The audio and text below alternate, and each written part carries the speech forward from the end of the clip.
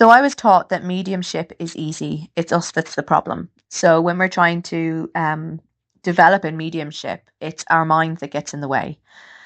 So how does it work? Spirit isn't physical. Our mind might see them as coming in or leaving, or it might not.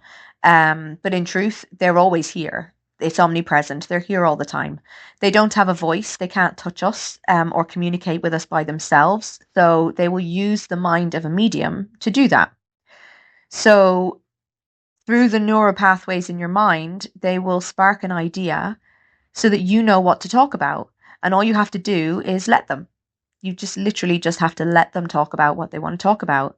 Um, so as soon as, say, I speak and I say, I have a man here, the spirit will then cloak my mind with the next part of their story. So the next part might be that that person is dad, or that that person is grandfather, or it might not be. It might just be straight into their story. The relationship might not be important to the sitter having the reading.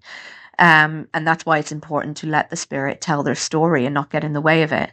Um, but when you start to question the information or analyze the information as the medium, if you're kind of nosy and you're like, well, why are they showing me this? What does that mean in the story and all of that? What you're doing is you're using your mind and you're cutting off that communication. So the more that you use your mind in that reading, the less space that the spirit has to impress your mind with the information that they want to give. Um, so that information isn't yours to analyze; it's yours to speak.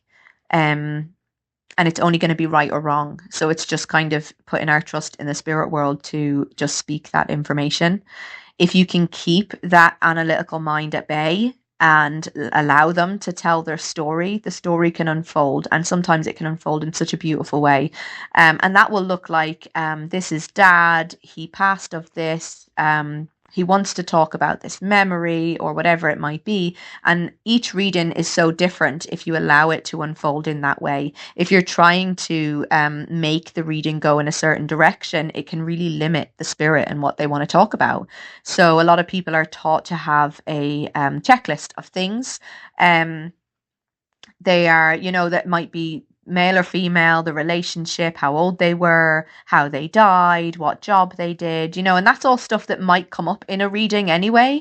But if you try and restrict it to that specific checklist, what you're doing is restricting the spirit from talking about what they want to talk about. So, the person coming for the reading, they might have been for 10 readings before, and they've already heard all of that information, and maybe they already have a belief that that person is there. But if you're going to go along your checklist and you're going to stick to that specific stuff, what you're doing is you're really limiting the reading. You're wasting their time because they've paid you for, say, half an hour of a reading, and you're wasting that time with information that maybe they didn't need. Maybe they've come because there's something really important going on in their life, and they're really maybe they're grieving a lot. There could be so many different reasons that they're coming for a reading, and if you don't allow the spirit to tell their story in the way that they know that person needs, you can really restrict things, and then the person is really not going to get what they need from that reading. They're not going to get the healing that they need, and the proper evidence that they actually need from that reading to come away and think, yeah, my loved one is still there. They're around. They're supporting me from where they are, and all of these different things.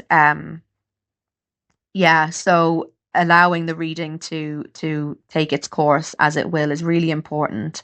And then the last thing I was going to say here is that it's going to sound like you. So if you're a developing medium and you're like, I can't tell what's spirit or what's me, the spirit is using your mind, as I mentioned in the beginning of this video, that they're using your mind to give you information to pass along. And I'll do another video on that, but it is going to sound like you because they're using your mind. It's very rare that it's going to sound like an external voice coming from outside of you, or like a different voice in your head. It's going to sound like you, and they're going to use your own memories and things to communicate with you. And I'm going to do another video on that soon. So like and comment, and let me know what you would want to hear about.